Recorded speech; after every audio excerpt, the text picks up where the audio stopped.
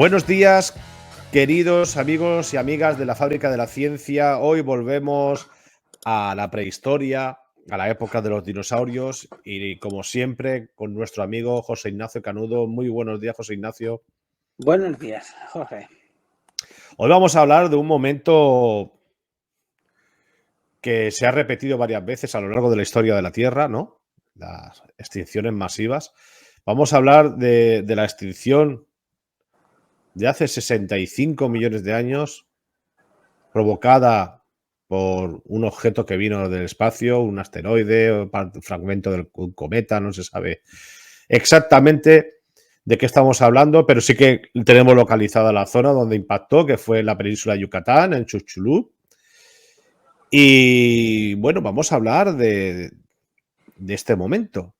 Lo primero que nos vas a comentar, ¿cómo sabemos que hace 65 millones de años se extinguieron o comenzó la extinción de gran parte de la vida en la Tierra? Bueno, lo sabemos porque gracias al registro fósil, ¿vale? Los fósiles son nuestra herramienta para conocer cómo era la vida en el pasado. Si no estuvieran los fósiles no lo conoceríamos, ¿vale? Y cada tipo de fósil está en unas rocas determinadas de una edad determinada. Cuando nosotros asumimos que los fósiles que contienen unas rocas de una edad determinada, pues vivían precisamente en esa edad. Pues en los fósiles de dinosaurios y de otros muchos animales de hace 66 millones de años del Cretácico superior, llega un momento en un nivel geológico muy preciso que desaparecen del registro fósil. Es decir, por encima de ese nivel ya no hay fósiles, por ejemplo, de dinosaurios o de amonites o de otros animales. Entonces tenemos dos evidencias. Una, la ausencia, que muchas veces no es que significa una prueba en sí, pero también tenemos en algunos lugares del mundo que ese nivel concreto tiene evidencias de un impacto meteorítico de gran tamaño, ¿vale?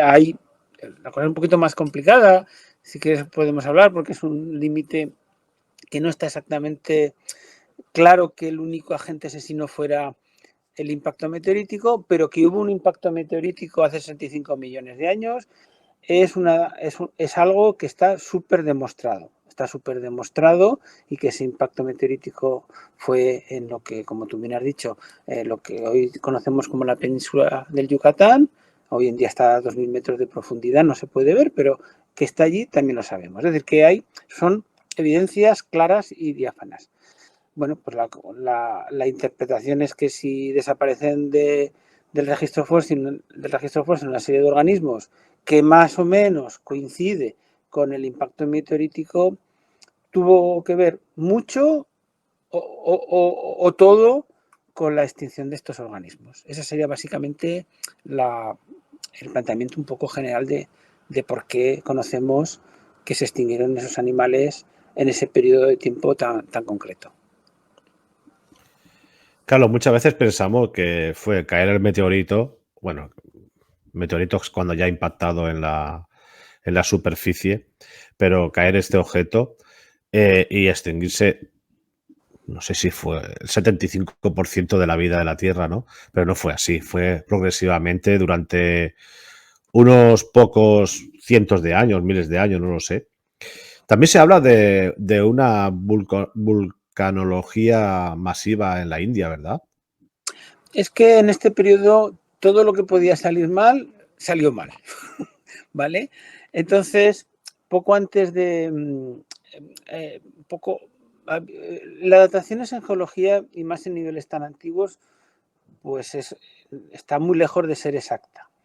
Entonces, tradicionalmente, un poco antes de lo que sería la extinción de este meteorito, hubo un periodo de vulcanismo extraordinario a nivel terrestre y especialmente en lo que hoy conocemos como la India, ¿vale?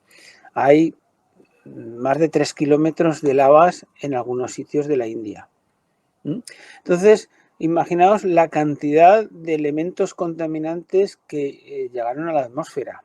a partir de las emisiones de estos grandes volcanes durante miles de años. Esto no es una cosa, es geológicamente instantánea o muy rápida, pero no es tan rápido como un meteorito. Durante miles de años estuvo emitiendo a la atmósfera gran cantidad de contaminantes, como si tuviéramos centrales térmicas, pero a lo bestia, si me permites la expresión. Eso tuvo que afectar y afectó a los ecosistemas especialmente terrestres, pero también a los marinos, porque las aguas se acidificarían, es decir, se cargarían en ácido y muchos animales, pequeños animales que viven en el mar, pues tienen la concha carbonatada y tenderían a disolverse.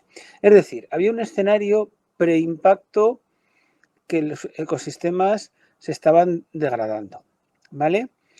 Entonces, para algunos investigadores lo que sucedió es que el meteorito sería como el vaso, la gota de agua que desbordara, la gota de agua que desbordó el vaso de agua. Es decir, que fue un agente asesino, porque además el agente asesino de un impacto meteorítico es exactamente igual que el de un volcán.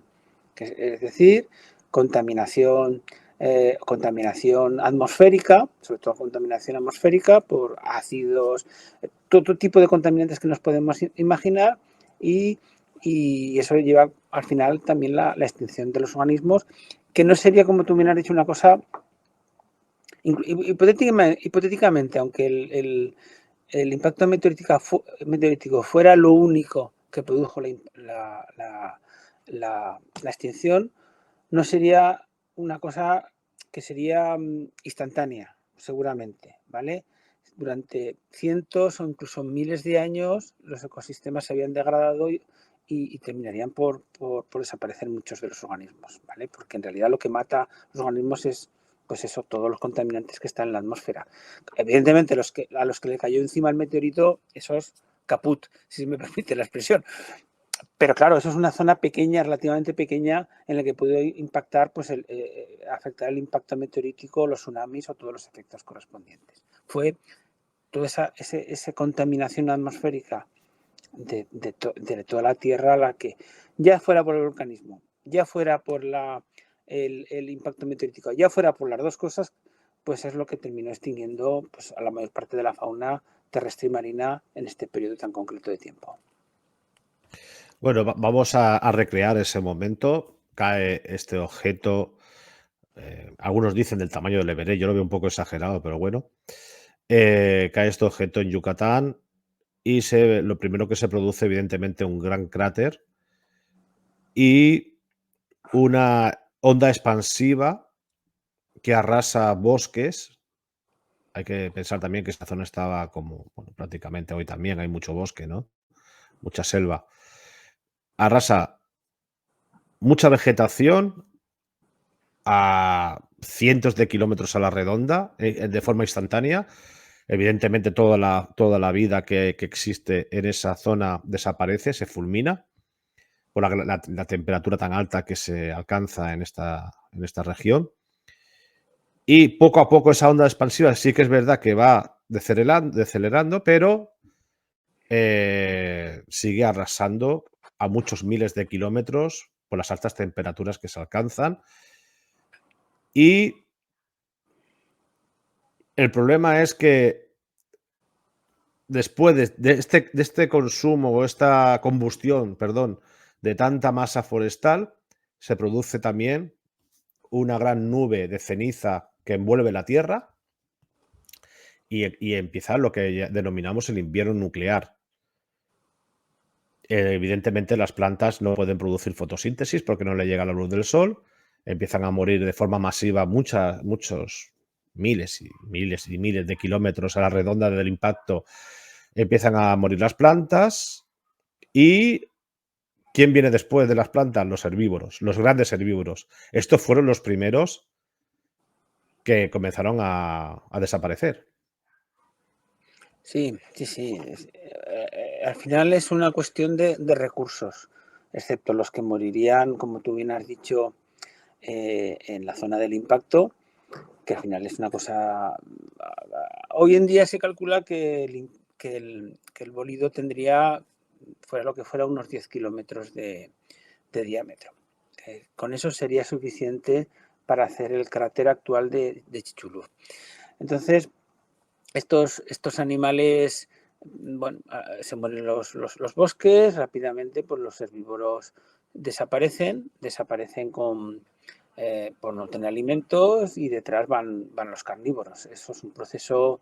El modelo, digamos, más extremista, si se me permite la expresión, pone un modelo en el que prácticamente desaparecen todos los bosques, se incendian todos los bosques y prácticamente no queda resto de vegetales en la tierra. Yo pienso que es un modelo un poco exagerado, porque en un modelo así es que no hubiera quedado ni un ser vivo en la tierra. Y quedaron bastantes. Quiero decir que, por tanto, hay que pensar en un modelo un poco no tan catastrofista, ¿no? Tan catastrofista. La zona del impacto debe ser muy espectacular, como tú bien has dicho. Hay una cosa que a mí siempre me gusta contar, es que, claro, el meteorito lleva tal temperatura cuando cayó, lleva tal velocidad que se funde por completo con las rocas en donde impacta, y eso es lo que luego llega hasta casi 2 kilómetros de profundidad. El impacto fue de tal tamaño que hizo un agujero de casi 2 kilómetros de profundidad. Imaginemos lo que tiene.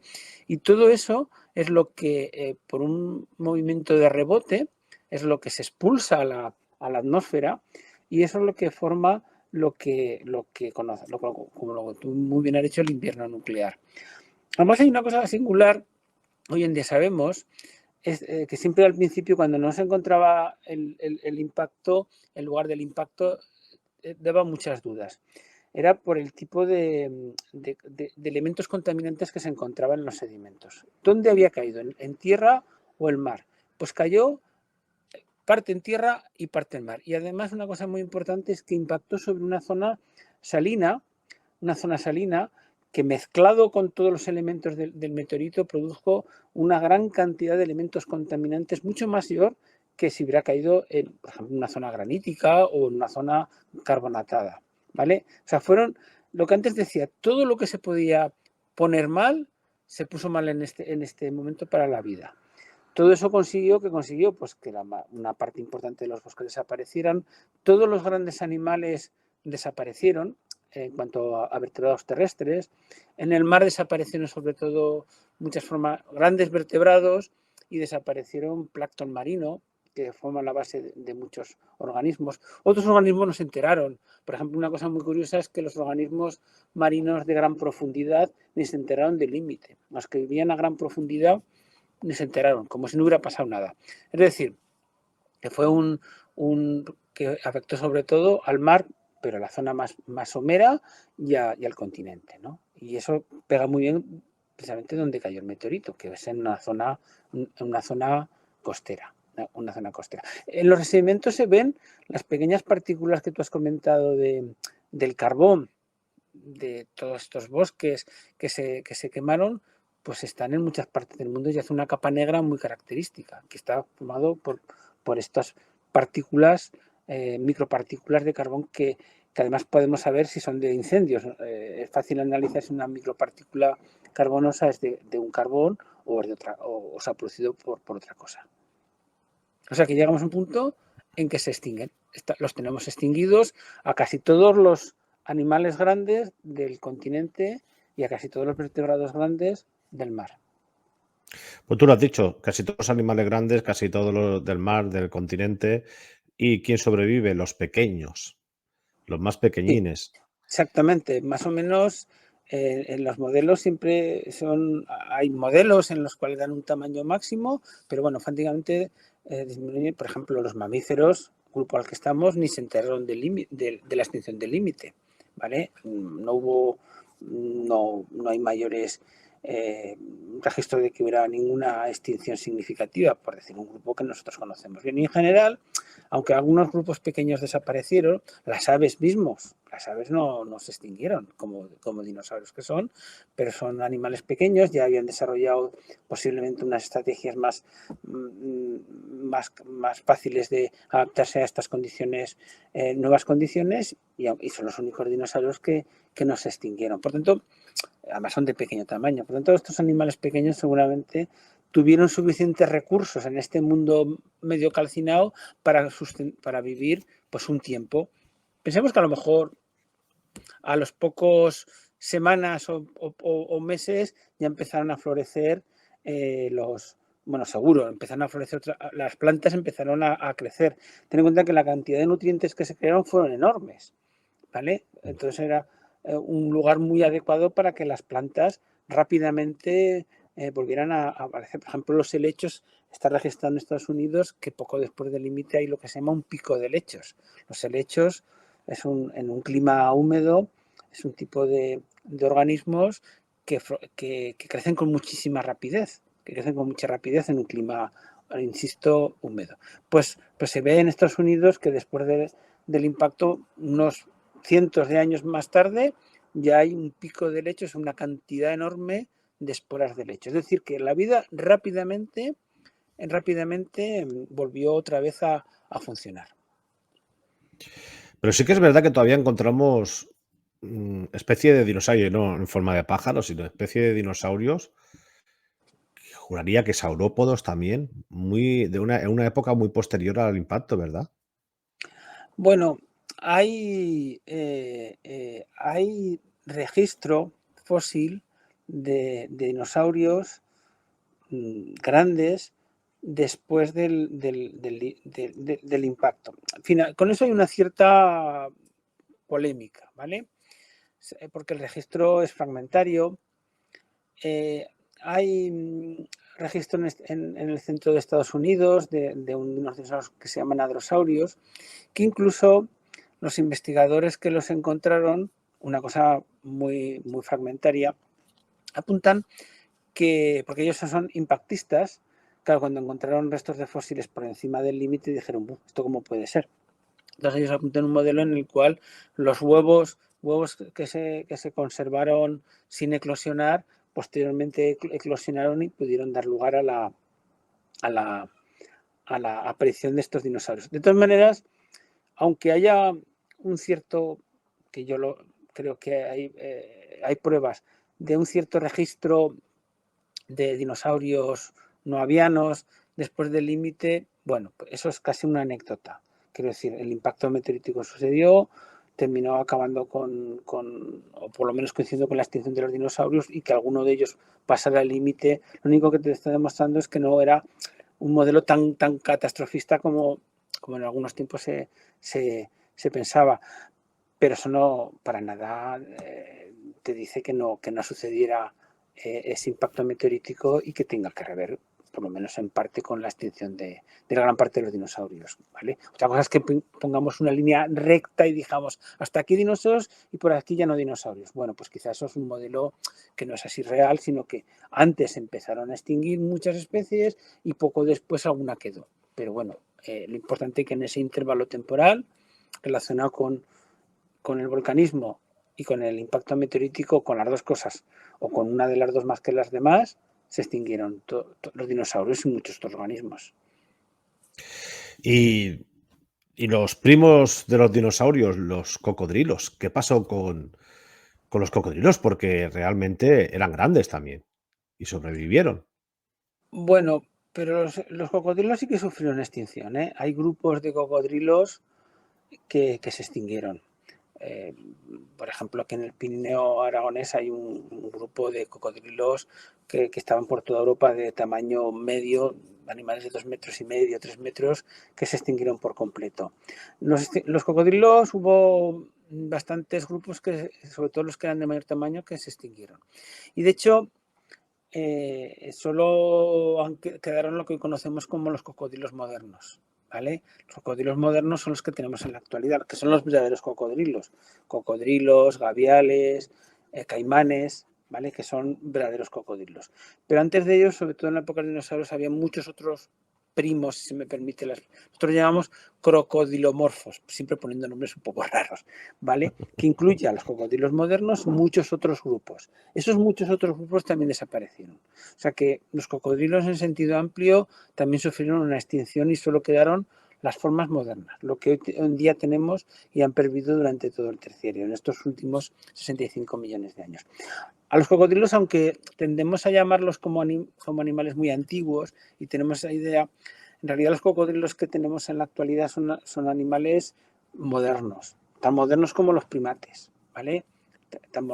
Tenemos el mismo tiempo en la Tierra, ¿vale? No pasa que tiene un aspecto reptiliano antiguo que siempre lo relacionamos con animales muy antiguos, pero en realidad los cocodrilos modernos, como te digo, son animales bastante modernos, geológica y paleontológicamente hablando.